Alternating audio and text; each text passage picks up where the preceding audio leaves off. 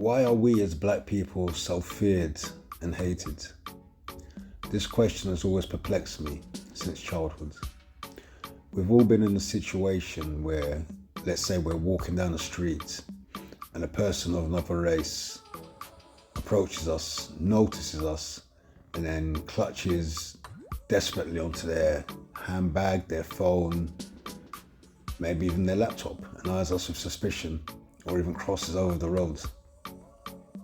Guaranteed 9 out of 10 of these people have never run across a gang member that's black, have never been robbed by a person that's black, or in any way attacked, or know anyone that has been. But yet still, we're discriminated against and treated as criminals on a daily basis by people that do not know us. I think the reason for this is the media. Relentless media coverage and bias as conditions the public, even other black people for that matter, to regard black people as a threat. This is all part of society's agenda to marginalize and discriminate against black people for what I think is the reason of keeping us from rising to our full potential. If you look at art, sport, music, we excel.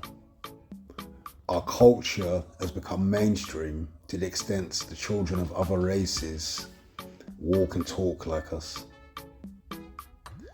Society's leaders must be terrified of the encroaching threat of a black planet, as I put it.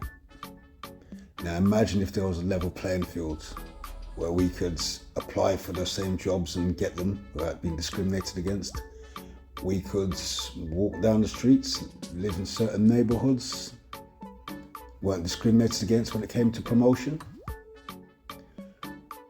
With the drive that we have as a people, I don't think it will take us long to reach the top. And once we're at the top, I think these other races that have a long history of doing bad to us are terrified of what we might do to them.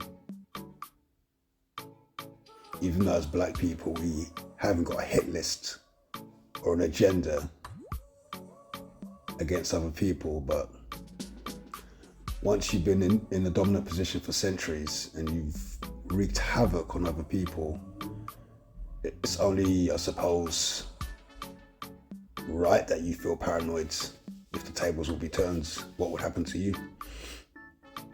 But nevertheless, the concerted efforts to keep us subjugated is amazing.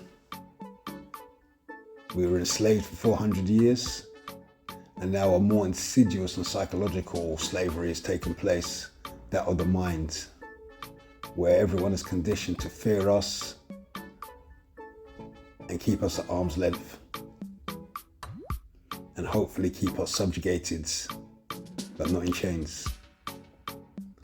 We need to wake up to these facts and become aware how to break the psychological chains that are imposed on us.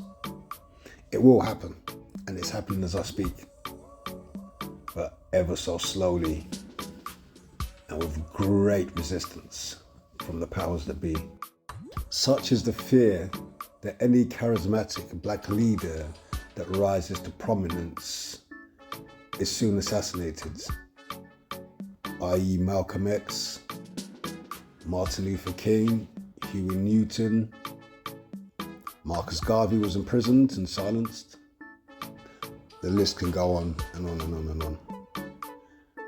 A people without leadership are easier to control, and there's been a concerted effort to destroy any form of black structure, whether political or familial, with the states incessantly incarcerating tens of thousands of young black males to such an extent that there seems to be an enhancement for just having black skin.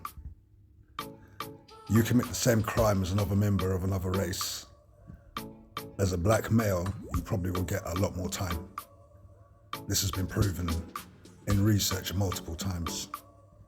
But yet, the state seems to carry on with no regard to the multiple inquiries highlighting institutional racism in the courts and the police services throughout the world, reinforcing the negative, whereas the positive traits and accomplishments of black people are usually buried and ignored.